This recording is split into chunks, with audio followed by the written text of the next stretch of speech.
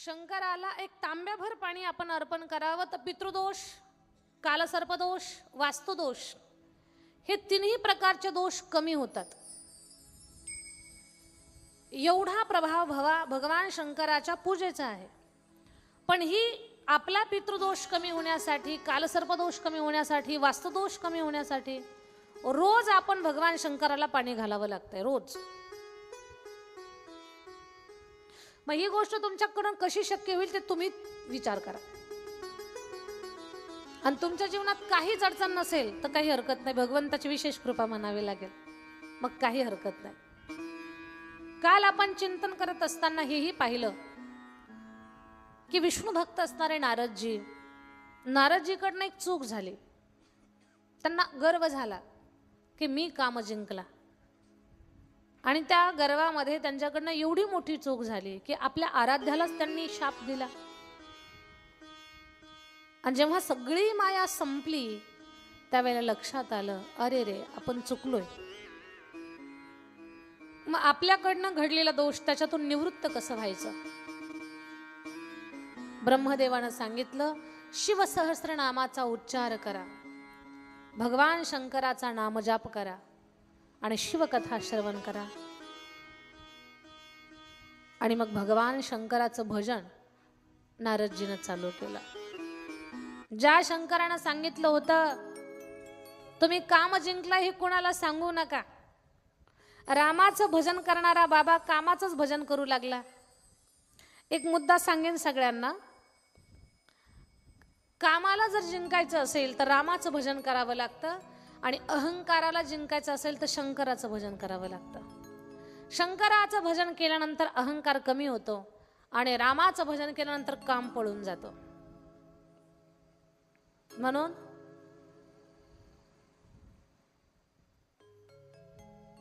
नारदजीला एवढा पश्चाताप होतोय, अहंकार आणि काम या दोन्ही गोष्टीतून वाचवण्यासाठी ते भगवान भोलेनाथाचं भजन करतात. नम्र होता येतं, तर नम्रता या गुणाच्या बळावर माणूस स्वतःच्या जागेवर कायम राहतो. माझं बोलणं तुम्हाला पटावं म्हणून एक उदाहरण सांगते. समुद्राच्या पत्न्या, त्यांची नावं मी सांगते तुम्हाला. समुद्राच्या पत्न्या आहेत, त्यांची नावं गंगा, यमुना, सरस्वती, नर्मदा, सिंधू, कावेरी या सगळ्या नद्या समुद्राच्या पत्न्या आहेत. त्या आपल्या पतीला भेटायला जातात. बरं, जाताना काही रिकाम्या हातानं जात नाही, काही ना काही भेटवस्तू घेऊन जातात. माहेरावरनं निघाल्या म्हणजे त्यांचा जन्म जेथे झाला, उगम जेथे झाला, तिथून निघाल्या पतीला भेटायला की काही ना काही वस्तू घेऊन जातात. तुम्ही म्हणाल असं कुठं असतं का ताई? आपल्यावरनं घ्यायचं. तुम्ही नाही का माहेरवरनं सासरला जाताना मालकाला एखादं घड्याळ, एखादा टी-शर्ट, पायातला जोडा, मोबाईल फोन घेऊन येता की नाही? आणि काय सांगता, आमच्या बाबानं घेतलं बरं तुम्हाला, माझ्या दादानं घेतलं, माझ्या दादानं ही टोपी घेतली तुम्हाला, हा मोबाईल घेतला, हा जोडा घेतला, हा टी-शर्ट घेतला, हे घड्याळ घेतलं. यांना माहीत नसतं यांच्याच खिशातले पैसे असतात म्हणून. ते म्हणजे यांच्याच खिशातल्या पैशापासून असतं ते, पण नाव माहेरचं असतं. खरं सांगते माझ्या दादा, बाबा, काकांना तुम्हाला, आमचं महिला मंडळ एवढं या सासरचं खातात आणि माहेरला गातात. त्यांना जात्यावर बसवा फक्त दळण दळायला, कधी सासरला भजन म्हणणार नाहीत, पण माहेरचं कौतुक केल्याशिवाय राहणार नाहीत. म्हणून आम्ही सांगतो, या सासरचं खातात आणि माहेरला गातात, कौतुक मात्र माहेरचं असतं. काय करावं आता, माहेरची तेवढी ओढच असते. बाई बाई जाते ग माहेराला, बाई बाई जाते ग माहेराला. आता मी हे भजन म्हणते, माझ्या मागे म्हणता का तुम्ही? प्रयत्न करा, हा खूप छान जमणार आहे तुम्हाला, मला माहिती आहे. तुम्ही फक्त म्हणा माझ्या पाठीमागे, बाई बाई जाते ग माहेराला, बाई बाई जाते ग माहेराला. म्हणा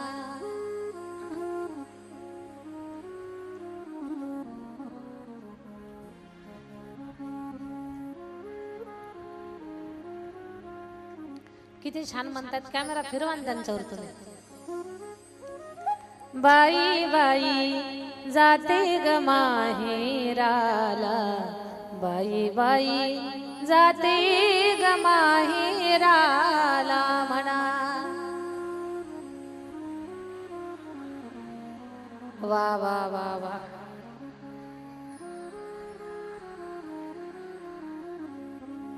माझ्या मूळच्या घराला म्हणा. वा फार सुंदर. माझ्या मूळच्या घराला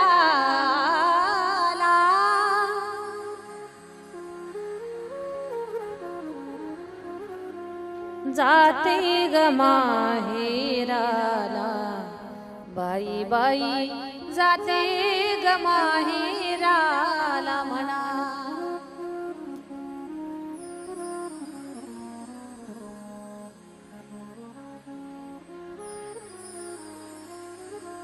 खूप छान. आपणच आपल्यासाठी टाळी वाजवा. खूप छान, खूप सुंदर. माहेरची निसर्गता ओढ असते, आवड असते.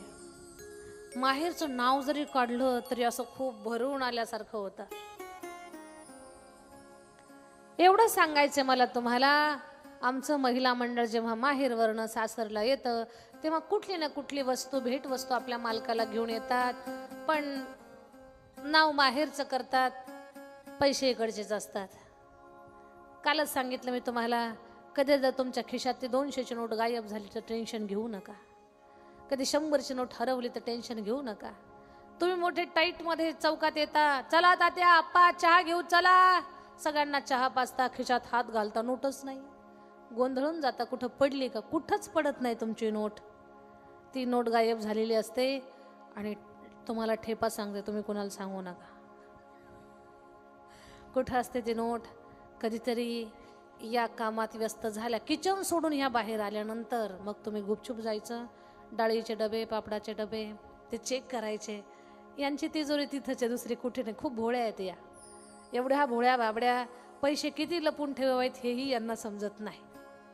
बरं, खूप अडचण आली का ह्याच मोठ्या मनानं तुम्हाला काढून पण देतात त्या पैसे. घेऊन टाका तुम्हाला.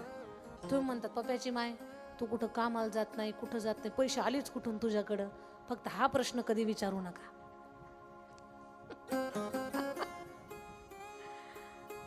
मग तशा नद्या आपल्या पतीला भेटायला जातात. ज्यांचा जिथे उगम आहे ना तिथून वाहतात, त्या प्रवाहित होतात. तो का म्हणे गंगा सागर संगमी, तो का म्हणे गंगा सागर संगमी. या नद्या जेव्हा प्रवाहित होतात, समुद्राला भेटायला जातात, आपल्या पती परमेश्वराला काही ना काही भेट वस्तू घेऊन जातात. पुणेतल्या माझ्या ताईंनो विचारा मला, त्या काय घेऊन जातात? मी सांगते तुम्हाला.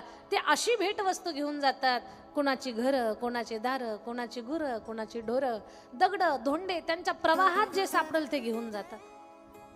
एक दिवस समुद्र म्हटला, का ग कोणाची घरं आणता, कोणाची ढोरं आणता, दगड धोंडे घेऊन येता, एक वस्तू आजपर्यंत तुम्ही मला भेटायला आणलीच नाही, भेट वस्तू दिलीच नाही.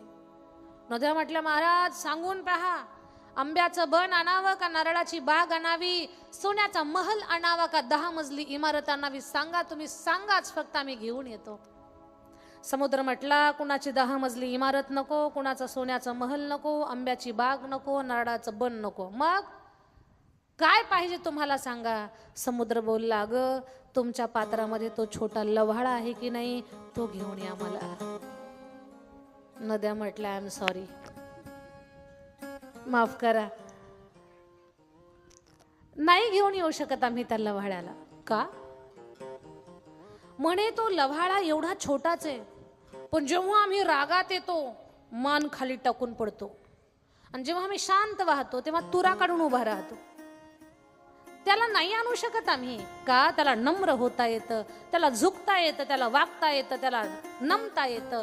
याचा अर्थ असा आहे, नम्रता या गुणामुळे जर छोट्याशा लव्हाळ्याची जागा कुणी घेऊ शकत नाही, तर आपण चालती बोलती माणसं आहोत. आपल्या अंगी जर नम्रता हा गुण आपण वागवला किंवा तो गुण आपण आत्मसात केला तर या जगामध्ये आपली जागा कोणीच घेऊ शकत नाही.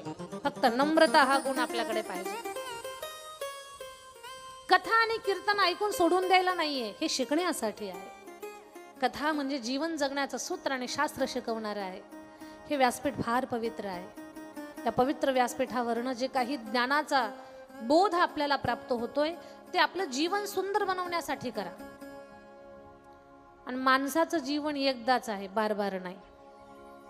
मिळालंय आपल्याला, कुणाची बांध कोरायला नाही.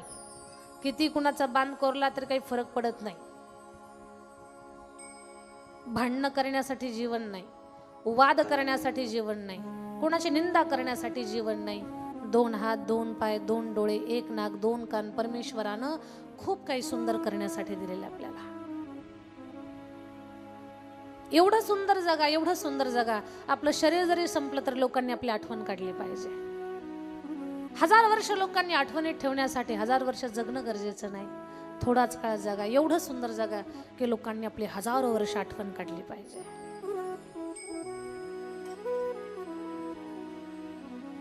पाव्यातला सूर जैसा ओठातुनी ओघळावा, आनंद या जीवनाचा सुगंधा परी दरवळावा, आनंद या जीवनाचा सुगंधा परी दरवळावा. झिजुणीच्या सदा चंदनाने दुसऱ्या समदुगंध द्यावा, हे जाणता जीवनाचा आनंद ही ओघळावा, आनंद या जीवनाचा सुगंधा परी दरवळावा. माझ्या ताई दादांना खूप चांगले जगा. खूप भांडणं करत असाल तर भांडणं कमी करा. कुणाची काहीतरी बोलण्याची जास्त सवय असेल तर ती कमी करा. या व्यासपीठावरनं मी नाही सांगत, हा ग्रंथ सांगतोय, आपलं शास्त्र सांगतं, आपली परंपरा सांगते. एवढे छान जगा ना. वाद भांडण काहीतरी करण्यात काही मजा नाहीये. आणि हे आता नाही कळत. मी कालच बोलले तुम्हाला, म्हातारपणाला सगळं आठवतं माणसाला. जेव्हा अंगातली ताकद कमी होते, घरातला रुबाब माणसाचा कमी होतो. ऐन तारुण्यामध्ये मिशीचा आकडा खाली पडतच नाही, टाईट. आणि म्हातारपण आलं की हाच आकडा असा होतो, म्याव. बसा मग जागेवर. सांगायचं एवढंच मला तुम्हाला, एवढे सुंदर जगा. हे जीवन पुन्हा पुन्हा नाहीये. वाद कमी करा, चुकीचं बोलणं कमी करा, बुद्धीतले घाणेरडे विचार कमी करा. आपला प्रपंच एवढा सुंदर करा, परिवाराला चांगले संस्कार लावा. सगळं घर मिळून संध्याकाळी हरिपाठ करा. हरिपाठाच्या अर्ध्या तासाच्या वेळेसाठी एकत्र या सगळं कुटुंब. तुम्हाला नाही काही चांगलं बोलता आलं, एखादी भगवंताची कथा सांगता आली नाही, काही हरकत नाही. पण चांगली चर्चा नाही जरी जमली तर हरिपाठ करा एकत्र येऊन. या व्यासपीठावरनं सांगते, 3 महिने 10 दिवसात तुमच्या घरात चांगला बदल होईल. पण ह्या गोष्टी करत चला. जेवढं तुम्ही चांगलं बोलताल, चांगलं पाहताल, चांगलं ऐकताल, चांगले विचार ठेवताल ना, तेवढी तुमच्या सगळ्यांची प्रगती होणार आहे. आणि जेव्हा माणूस चांगल्या विचारात असतो, चांगली माणसं आजूबाजूला असतात, चांगल्या लोकांचा सहवास असतो, त्यावेळेला पहा आपण थोडे स्थिर होतो. आपण खाल्लेलं अंगी लागतं, पचतं, विचार चांगले राहतात डोक्यामध्ये. म्हणून नेहमी स्वतःला स्थिर, शांत, चांगलं ठेवण्याचा प्रयत्न करा. आणि तुम्ही चांगलं राहावं हे शिकवण्यासाठीच तर ही कथा आहे. आता आपण आनंदाचा विषय बोलत होतो. जीवन पुन्हा पुन्हा नाही. नेहमी प्रसन्न राहा. मन करा रे प्रसन्न, सर्व सिद्धीचे कारण. शिवमहापुराण कथा सांगते, मंदिरात गेला तर कधी रडत जाऊ नका, प्रसन्न जा. नाही तर लोकांना रडायची सवय लागलेली आता. उगीच रडायचं, सगळं असलं तरी उगीच रडायचं, रडकं तोंड करायचं, पडलेलं तोंड करायचं, उगीच चेहऱ्यावर असं दाखवायचं जणू काही भारत पाकिस्तानचा प्रश्न आपल्यालाच आहे. प्रसन्न राहत जा. भगवंतानं खूप दिलंय आपल्याला, 2 हात 2 पाय 2 डोळे 1 नाक 2 कान दिले, खूप दिले आपल्याला देवानं. फक्त प्रसन्न राहत जा. प्रसन्न. गालावरचं हसू ही आपली सगळ्यात मोठी श्रीमंती आहे. माझं बोलणं समजतंय तुम्हाला, असं गृहीत धरते मी. आपल्या गालावरचं हसू ही आपली सगळ्यात मोठी श्रीमंती आहे. कुठल्याच किमतीवर हे हसू गहाण ठेवायचं नाही, कुठल्याच किमतीवर. नाही तर दादा, काही लोकांचे चेहरे असे असतात, असले चेहरे असतात, त्यांचं तोंड पाहिलं की आपल्यालाच वाटतंय आपलं काही चुकलं की काय म्हणून. आणि काहींचे चेहरे असे असतात, त्यांचं तोंड पाहिलं की इकडे आपल्यालाच अटॅक येईल का काय. चेहरा प्रसन्न ठेवा. आप्पा, भाऊ, नाना, तात्या, आबाजीचा खिशात रुपया नसू द्या, चौकात गेल्यावर म्हणा, तात्या चला चहा प्यायला, आप्पा चला चहा घेऊ. सगळ्यांना आनंदानं चहा पाजा. आणि जेव्हा तुम्ही खिशात हात घालताल ना, तेव्हा कोणीतरी म्हणाल, एवढ्या वेळेस राहू द्या, आम्ही बिल देतो, पुढच्या वेळेला तुम्ही द्या. काम झालं ना तुमचं. पण हे कळत नाही आपल्याला. उठलं की तोंड फुगलेलं, तोंड सुकलेलं. आपल्या तोंडाला पाहणारे वाटतात यांचं काही दुखतंय का, असं का झालं असेल, आपलं काही चुकलंय का. आणि खास करून माता वर्ग, आपल्या घराची प्रगती तुमच्या चेहऱ्यावर डिपेंड आहे. काम कमी करा पण तोंड चांगलं ठेवा. तुम्ही जर फुगलेले असताल ना, तर ही बिचारी टेन्शन मध्ये येतात. यांना वाटतंय आपण काही चूक नाही केली, आपली काहीच चूक झालेली नाही, आपण कुठेही चुकलो नाही, विचारल्याशिवाय घराच्या बाहेर पडलो नाही. पण तुमचा चेहरा असा फुगलेला असला का, हे बिचारांना भाकर जात नाही, टेन्शन मध्ये येतात, अन्न गोड लागत नाही, दिवसभर विचारात असतात, का रुसली असेल, का फुगली असेल. यांना माहित नसतं हे बाहेर गेल्यावर तुम्ही शेवायचा भातून तूप खाता म्हणून, हे यांना माहित नसतं. पण ते बिचारे दिवसभर विचारात राहतात. म्हणून घरातली आई असेल, मुलगी असेल, बहीण असेल, पत्नी असेल, भाऊजाई असेल, कोणी असू द्या, पात्र स्त्री जातीचं कोणती भूमिका असू द्या तुमची, घरातल्या स्त्री वर्गानं, माता वर्गानं सदा प्रसन्न राहायचं. ज्या बाईचा चेहरा सदा प्रसन्न असतो, हसतमुख असतो, ती बाई त्या घरची साक्षात लक्ष्मी असते. मग आपण लक्ष्मी आहोत का नाही, हे आपणच आपलं तोंड आरशात पाहून तुमचं तुम्ही ठरवा. लोकांनी परीक्षा करायची गरज नाही. आपण लक्ष्मी आहोत का नाही म्हणून सदा प्रसन्न राहा. भगवंतानं हे दिलेलं खूप मोठं वरदान आहे. जे बोलते ते डोक्यावरून जाऊ देऊ नका. खूप मोलाचं बोलते मी, खूप मोलाचं. आणि हे जगायचंय आपल्याला, हे तुम्ही जगलं पाहिजे. नमः पार्वती पते हर हर महादेव. कालच्या कथासत्रामध्ये आपण ब्रह्मदेवाच्या कथेपर्यंत गेलो. ब्रह्मदेवाला शाप मिळाला, ब्रह्माजी तुम्ही निर्माण केलेल्या सृष्टीमध्ये तुमचंच मंदिर नसेल. याच्यातून आपल्याला शिकायचंय, ब्रह्मदेव खोटं बोलले तर देव लोकातून म्हणजे देवादिकांमधून त्यांची जागा वजा झाली. खोटं बोलणं चांगलं नाही. आपल्याला वाटतं खोटं बोललो, काय बोललो, एवढं काय विशेष आहे. पण लक्षात घ्या, ब्रह्माजी खोटं बोलले तर त्यांना देवातून बाजूला निघून जावं लागलं. म्हणजे त्यांना देवादिकामध्ये, आपल्या देवघरात जी देवता आहेत त्यात त्यांना स्थान नाहीये पूजेचं. एक देव खोटं बोलला तर त्याला देवातून बाजूला निघून जावं लागलं. आणि जेव्हा माणसं खोटं बोलतात तेव्हा माणसं सुद्धा त्या माणसाला बाजूला, तो माणूस माणसातून बाजूला जात असतो. खोटं बोलणाऱ्या माणसाला माणसात काहीही किंमत नसते. अशी माणसं चांगल्या लोकातून वजा असतात, वजा. हे तोंड असं आहे ना, हे सत्य बोललं तर 4 माणसात बसवतं पण, आणि ह्यानं खोटं बोललं तर 4 माणसातून उठवतं पण. म्हणून नेहमी सत्य बोलण्याचा प्रयत्न करावा. हे आपण ब्रह्माजीच्या कथेतून शिकायचं. खोटी साक्ष कुणाची देऊ नका. काय अवस्था झाली केतकी पुष्पाची, गायीची. विनाकारण त्यांना महादेवाचा शाप भोगावा लागला. भले उपशाप मिळाला, पण महादेवाच्या क्रोधाला सामोरं जावं लागलं. आणि विष्णू सत्य बोलले तर जगामध्ये त्यांचं रूप सत्यनारायण स्वरूप झालं आणि घराघरामध्ये पूजेच्या रूपामध्ये पूजापाठाच्या निमित्तानं त्यांचं पूजन होऊ लागलं.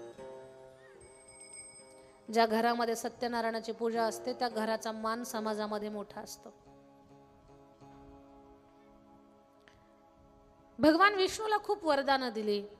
विष्णू भगवंताला सांगितलं, तुम्ही पाणी असाल. पाणी हे विष्णूचं रूप आहे. जो मला तांब्याभर पाणी घालल मी त्याच्यावर प्रसन्न होईल. तुम्ही जल जीवन असाल. मग काल हेही सांगितलं मी तुम्हाला की आज प्रत्येक गोष्ट आपल्याला काही जरी करायचं असेल तर पाण्याशिवाय नाही. स्वयंपाक, अंघोळ, कपडे, भांडे, बांधकाम, देवपूजा, आदर आतिथ्य, पाहुणचार, या सगळ्या गोष्टी पाण्याशिवाय नाही होऊ शकत. एवढं मोठं मोलाचं स्थान सदाशिवानं भगवान श्री विष्णूला दिलं. भैरव महाराजांची निर्मिती कशी झाली हेही तुम्हाला काल सांगितलं. आता आपण इथून पुढे कथेला घेऊन जाणार आहोत.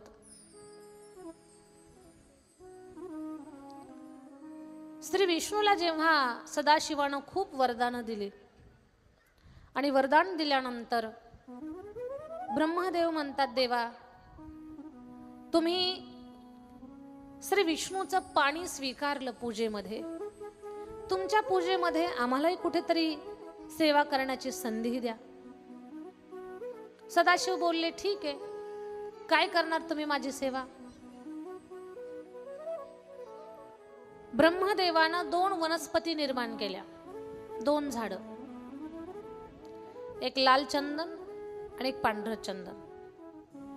भोलेनाथ हे चंदन स्वीकारा.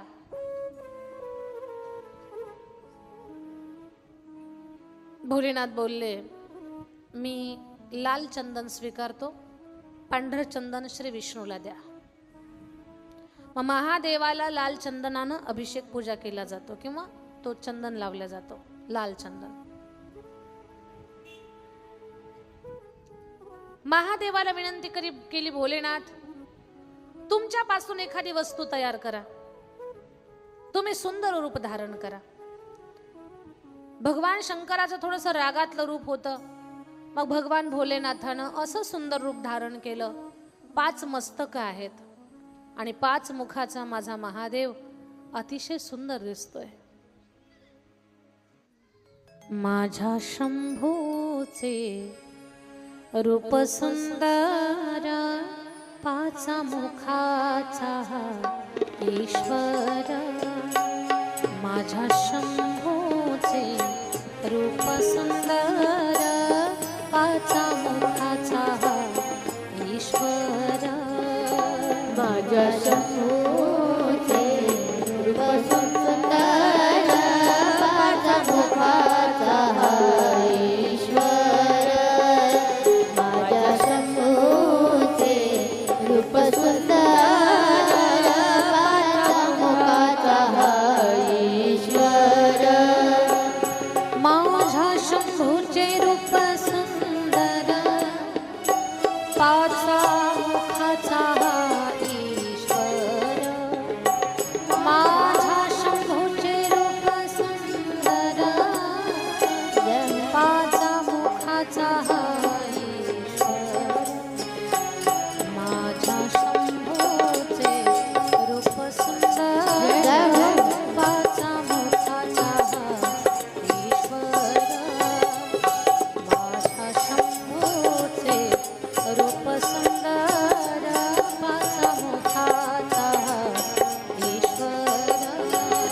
माझ्या शंभूचे रूप सुंदर, 5 मुखाचा ईश्वर.